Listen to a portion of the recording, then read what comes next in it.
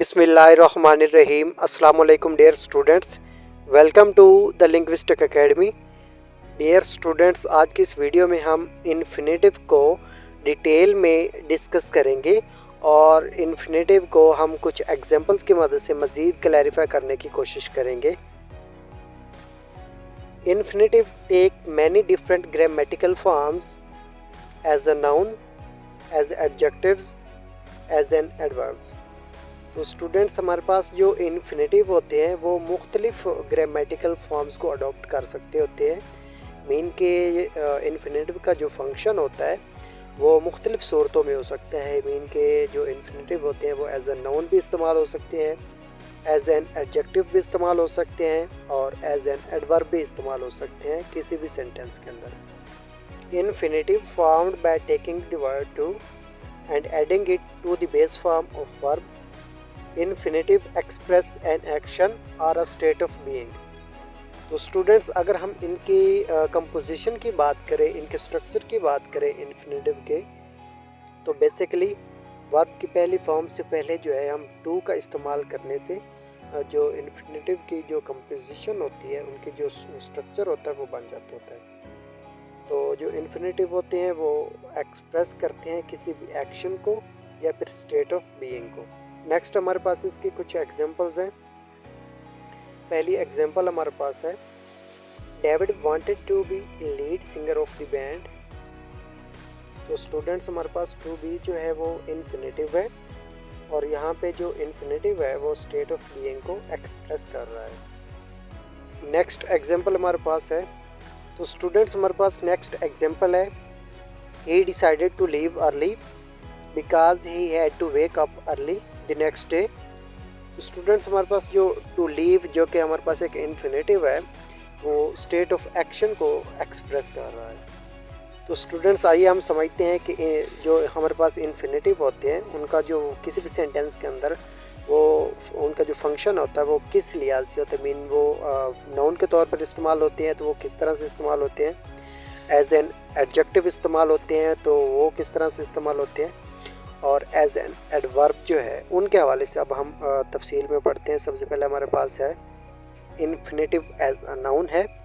आइए हम समझते हैं कि जो इन्फिनेटिव होते हैं उनका जो फंक्शन होता है वो एज अ नाउन कब होता है। This is the case when an infinitive is used as the direct object और the subject of a sentence. तो स्टूडेंट्स, जो इन्फिनेटिव होते हैं उनका जो फंक्शन होता है एज अ नाउन वो सिर्फ उस सूरत में होता है जब इन्फिनेटिव किसी भी सेंटेंस के अंदर डायरेक्ट ऑब्जेक्ट या फिर किसी भी सेंटेंस के अंदर सब्जेक्ट का रोल प्ले कर रहे हो। आइए हम इन्फिनेटिव एज अ नाउन को एग्जांपल्स की मदद से देखते हैं। पहली एग्जांपल हमारे पास है, आई लव टू ईट। इस सेंटेंस के अंदर टू ईट हमारे पास एक इन्फिनेटिव है और यहाँ पे इसका जो फंक्शन है वो एज अ नाउन है। और याद रखें, हम पहले इसके हवाले से पढ़ चुके हैं कि इन्फिनेटिव का जो फंक्शन होता है वो एज अ नाउन सिर्फ और सिर्फ उस सूरत में होगा जब ये किसी भी सेंटेंस के अंदर डायरेक्ट ऑब्जेक्ट के तौर पर इस्तेमाल हो रहा हो या फिर किसी भी सेंटेंस के अंदर सब्जेक्ट के तौर पर इस्तेमाल हो रहा हो। दूसरी एग्जाम्पल हमारे पास है, to help others is so important. तो स्टूडेंट्स, हमारे पास टू हेल्प है, ये इन्फिनेटिव है और इसका जो फंक्शन है इस सेंटेंस के अंदर नाउन इस्तेमाल हो रहा है। आइए हम अब समझते हैं कि इन्फिनेटिव एज एन एडजेक्टिव किस सूरत में इस्तेमाल होता है। Infinitives function as adjectives when they modify और describe nouns in a sentence. तो स्टूडेंट्स, इन्फिनेटिव का जो फंक्शन है वो एज एन एडजेक्टिव सिर्फ और सिर्फ उस सूरत में होता है जब वो किसी भी सेंटेंस के अंदर नाउन को मॉडिफाई या फिर डिस्क्राइब कर रहे हो। मीन हमें जो है वो नाउन के हवाले से कुछ न कुछ इन्फॉर्मेशन दी जा रही हो, तो तब जो इन्फिनेटिव इस्तेमाल होंगे वो एज एन एडजेक्टिव इस्तेमाल होंगे। आइए हम इसके लिए एग्जांपल्स देखते हैं। She wants a pizza to eat. तो स्टूडेंट्स, हमारे पास जो इन्फिनेटिव है वो टू ईट है और इस सेंटेंस के अंदर देखें जो इन्फिनेटिव है वो एज एन एडजेक्टिव इस्तेमाल हो रहा है और इस सेंटेंस के अंदर जो इन्फिनेटिव है वो हमें पिज़्ज़ा जो कि एक नाउन है उसके हवाले से इंफॉर्मेशन दे रहा है। तो यहाँ पे इस सेंटेंस के अंदर जो इन्फिनेटिव है वो एज एन एडजेक्टिव अपना रोल प्ले कर रहा है। नेक्स्ट हमारे पास इन्फिनेटिव एज एडवर्ब्स है।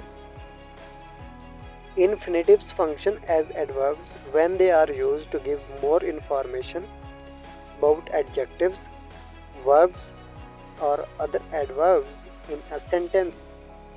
तो स्टूडेंट्स हमारे पास जो इन्फिनेटिव्स होते हैं उनका जो फंक्शन होता है एज एन एडवर्ब सिर्फ और सिर्फ उस सूरत में होता है जब वो जो है हमें इंफॉर्मेशन दे रहे हों एडजेक्टिव के बारे में, वर्ब के बारे में या फिर किसी और एडवर्ब्स के बारे में जो उस सेंटेंस में इस्तेमाल हो रहे हो।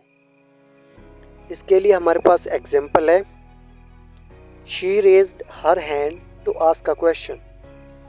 तो स्टूडेंट्स हमारे पास इन्फिनेटिव टू आस्क है और ये हमें इंफॉर्मेशन दे रहा है, एडिशनल इंफॉर्मेशन दे रहा है, मॉडिफाई कर रहा है वर्ब को। इस सेंटेंस के अंदर जो हमारे पास वर्ब है वो रेज्ड है। तो इन्फिनेटिव का जो फंक्शन है इस सेंटेंस के अंदर एज एन एडवर्ब है, मीन यहाँ पे इन्फिनेटिव वर्ब को मॉडिफाई कर रहा है। Thanks for watching and don't forget to subscribe the channel. खुदा हाफिज़।